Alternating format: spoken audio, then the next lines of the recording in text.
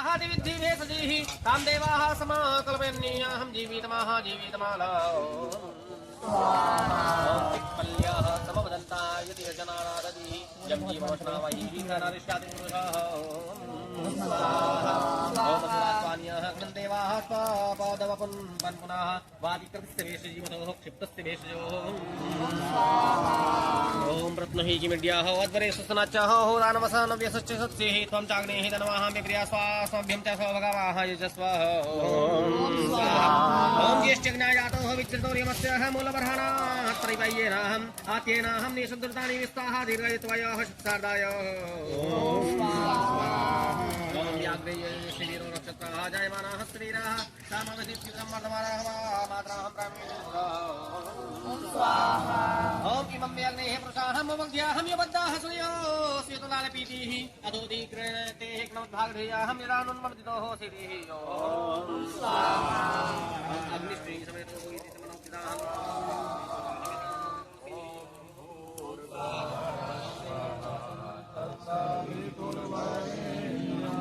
भर्गो देवस्य धीमहि धियो यो न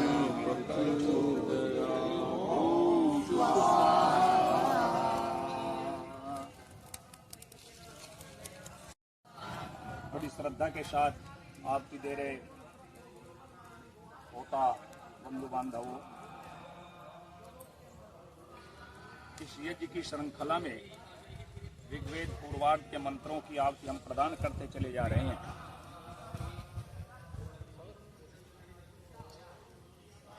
ईश्वर स्तुति प्रार्थना उपासना में प्रथम मंत्र हम उच्चारण करते हैं, विश्वानि देव शविता दुरितानि पराशु यद भद्रम तन्य आसु। हे शविता देवता, हम आपसे प्रार्थना करते हैं कि विश्वानि देव सविता दुरितानि पराशु, जो हमारे अंदर दुरितानी है, जो बुराइयां हैं, आप उन बुराइयों को हमसे दूर ले लें, उन बुराइयों को हमसे ले लें। और व्यापार हम कर रहे हैं, बुराई ले लो, तन्ने आंसू है, और जो जो अच्छाइयां हैं वो हमें दे दो, जिससे हम अपना और अपने जनों का कल्याण कर सकें। ये हम परमात्मा से याचना करते हैं। पूरी प्रकृति और पूरा समाज सब व्यापार कर रहे हैं। प्रकृति को हम जैसा और जितना देते हैं, प्रकृति हमें उसे बढ़ा करके वापिस डबल देती है। हम अपने पुत्र पुत्री आदि या समाज में भी देखते हैं, हम अपने बच्चों को देते हैं, उनकी परवरिश अच्छे ढंग से करते हैं और अच्छी शिक्षा दे पाते हैं, तो वो रिटर्न में बच्चों से हमें प्राप्त होता है। जितना अच्छा हम अपने बच्चे की परवरिश देंगे, विद्या देंगे, उसी के माध्यम से हमारा जो बुढ़ापा है ना अवस्था, वो अच्छे से कटती है। अन्यथा बुढ़ापे में क्या अवस्था होती है, उसकी चर्चा कल इस चेल से हो रही है। जो वृद्ध आश्रम में माता पिता पहुंच जाते हैं, लेकिन कौन माता पिता पहुंच जाते हैं, फिर चर्चा करो।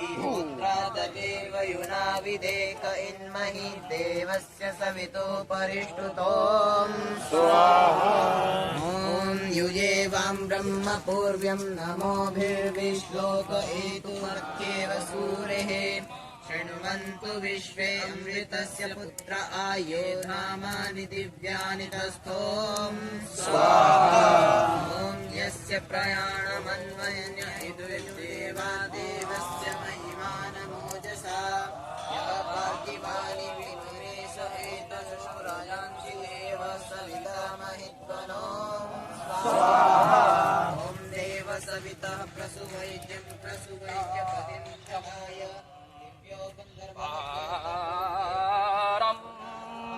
धावते आगे वाच पवमाना अनिक्रोधो ॐ प्राणुनानाय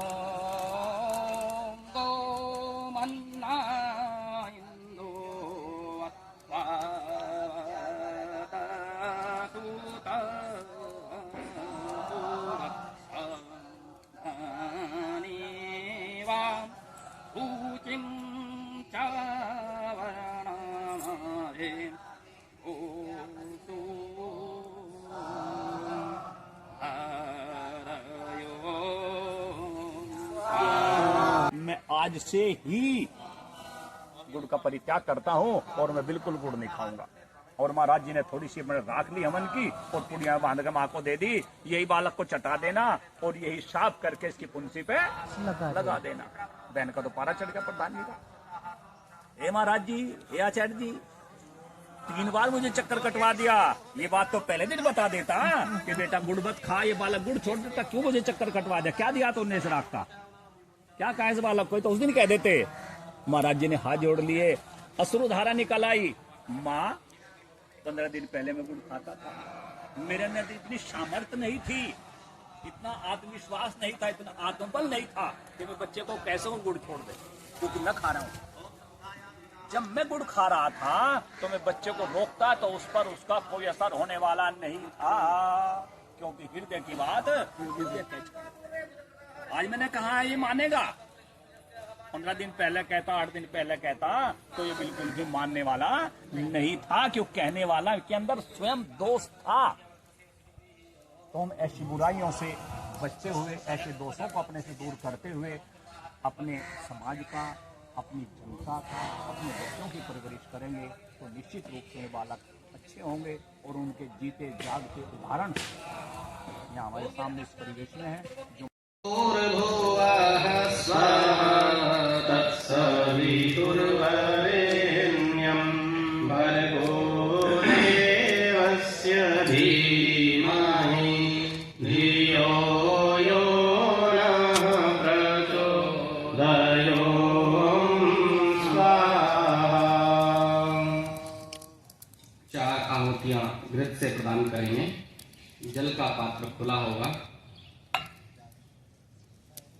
ओम भूरग्नये स्वाहा। नमः सामग्री से नहीं। ओम भुवर्वायवे स्वाहा। इदं वायवे इदं नमः। ओम स्वरादित्याय स्वाहा। इदमादित्याय इदं नमः। ओम भूर्भुवः स्वरग्निवायवादित्येभ्यः स्वाहा। इदमग्निवायवादित्येभ्यः इदं नमः। सृष्टिकृत आहुति सामग्री से आहुतियां अब नहीं है। मिक्स पदार्थ आपके पास आ रहा है, चम्मच में अच्छे से भर लें, घृत भी भर लें, जल पात्र खोल लेंगे। ओम यदस्य कर्मणोऽप्यरीतं यद्वान्यूनमिहाकरम् अग्निष्टत्सृष्टिकृतविद्यात् सर्वं सृष्टं सुहृदं करोतु मे। अग्नये सृष्टकृते सुहृदहुते सर्वप्रायश्चित्ताहुतीनां कामानां समर्धयित्रे सर्वान्नः कामान् समर्धय स्वाहा। इदम् अग्नये सृष्टकृते इदं न मम। मौन आहुति घृत से ओम स्वाहा। इदं प्रजापतये इदं न मम। संप्रभागा त्याग में से भी त्याग, जल के ऊपर से घृत उतारकर आहुति। ओम संप्रभागा शेषादिहंताः प्रसरेताः हरेयाश्च देवाः इमं वाचमङ्गिष्टे ग्रन्थः सत्यस्य मरिष्यमाद्यध्वं स्वाहा। ओम संप्रभागा शेषादिहंताः प्रसरेताः हरेयाश्च देवाः इमं वाचमङ्गिष्टे ग्रन्थः सत्यस्य मरिष्यमाद्यध्वं स्वाहा।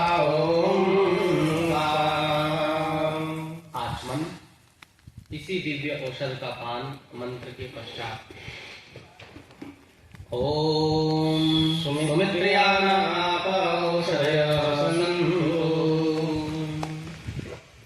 हस्त प्रक्षालन पृष्ठभाग में, पश्चात पुनः सीधे हाथ में इसी औषधि को लें। विसर्जन करने के लिए अभिमान दुर्गुण दुर्व्यसनों का परित्याग।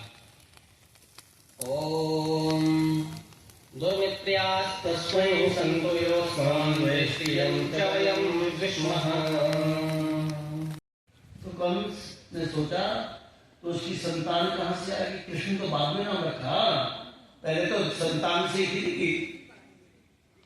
देवकी से उत्पन्न होने वाली जो संतान है उसको नष्ट कर देगी तो कंस भयभीत हो गया, तो योजना बना डाली। फिर किसी महापुरुष ने सलाह दे दी, ऐसा पाप मत कर, तेरी बहन है, एक काम कर, क्योंकि युक्ति है।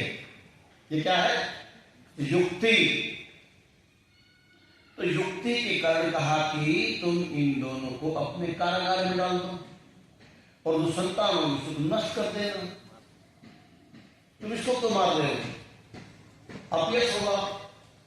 तो महाराज कंस ने वसुदेव और देवकी को राज्य के कारागार में डाल दिया, जेल में डाल दिया। जेल में रोटी मिलती है, रोटी तो मिलती है। जब वसुदेव और देवकी के पास अन्न जाता तो दोनों साझा भोजन करते और भोजन करने से पहले उस अन्न को पवित्र करते। और पवित्र कैसे करते? क्योंकि अन्न के अंदर तो कंस का तमोगुण और रजोगुण का भाव छिपा हुआ है। उस अन्न में हर समय कंस का विचार, देवकी और वसुदेव का विनाश छुपा हुआ है। जब उस अन्न को पान करेंगे तो अन्न के पान करने से कहीं उस आत्मा को असुविधा न हो, लेकिन साधन को बनाए रखने के लिए, शरीर को बनाए रखने के लिए अन्न की आवश्यकता तो पड़ेगी। अब अन्न तो वही खाना पड़ेगा जो मिलेगा, लेकिन युक्ति थी कि इस अन्न को हम कैसे पवित्र करें। तो पूज्यपाद गुरुदेव कहते हैं कि देवकी और वसुदेव जब अन्न उनको कारागार में भोजन पहुंच जाता था तो 101 गायत्री छंदों का उच्चारण करके वहां के वातावरण को और उस अन्न में आए हुए दोष जो थे उसको पवित्र करके, प्रभु का चिंतन करके तब उस पान को, उस अन्न को साझा पान करते थे। यदि अलग अलग कर लेता तब भी बात न बनती। तो अन्न कैसे खाएं? साझा खाएं, साथ बैठ करके खाए। जब इस प्रकार से व्यक्ति अन्न खाता है तो उन सबों का मन घर के निर्माण के लिए बनता है। ठीक है। अब घर नहीं बन रहे, अब घर नहीं बन रहे, अब बन रहे हैं मकान। क्या बन रहे हैं? अट्टालिका नहीं, घर तो वो होता है जहां सुंदर वातावरण हो, एक दूसरे की बात मानता हो, जिससे सुगंध आती हो, वो है गृह, वो है घर। अन्यथा ये बड़े बड़े जितने भी बिल्डिंग बनाई जा रही है, ये क्या है? मकान। तो भगवान वेद ने कहा कि हम सब बैठ करके क्या करें? एक साथ मिलकर अन्न का पान करें। साझा शब्द लिखा है, और सब मिलकर के घर को अच्छा बनाने में लगे। घर पेंट से अच्छा नहीं बनता, डेकोरेशन करने से अच्छा नहीं बनता। घर के अंदर का जो क्रियाकलाप है, उसकी सुगंध ही जब समाज में जाती है तो उससे घर अच्छा बनता है। घर का जो चरित्र की सुगंधी है, जब वो समाज में जाती है तो वो कहते हैं ये घर रविंद्र का है। और किसी घर में मर्डर हो जाओ तो घर का लाठी मारा नहीं, उसे पकड़ने जैसे किया, इसे पकड़ने। घर तो सारे ईंट पत्थर से बने हुए हैं। मंदिर में रहने वाला यदि पुजारी बढ़िया है, चरित्रवान है, विद्वान है, तो वो ठीक है। और वहां रहने वाला देवस्थान में यदि उस व्यक्ति जो उसका मूल है, यदि वो अच्छा नहीं है तो उसकी भी ख्याति नहीं होती। तो क्या कहा? हम घर को परस्पर उन्नति करने के लिए अग्रसर होते हैं और मिलकर प्रभु का पूजन और अग्निहोत्र करते हैं। ये बात हमने की थी। अब हम ये देखें कि भगवान ने जो ये बात हमें बताई थी कितने पहले? 1,93,29,126 साल पहले जो भगवान ने हमें बात बताई थी, हमने कई बार की होगी, लेकिन अब कितने कर रहे हैं? तो मतलब अब परीक्षा का समय है, जब परीक्षा हुई तो हम पास हुए कि फेल? भगवान के आदेश में यदि हम देखें अपने आप को तो कितने लोग ऐसे हैं जो हम पास हो गए?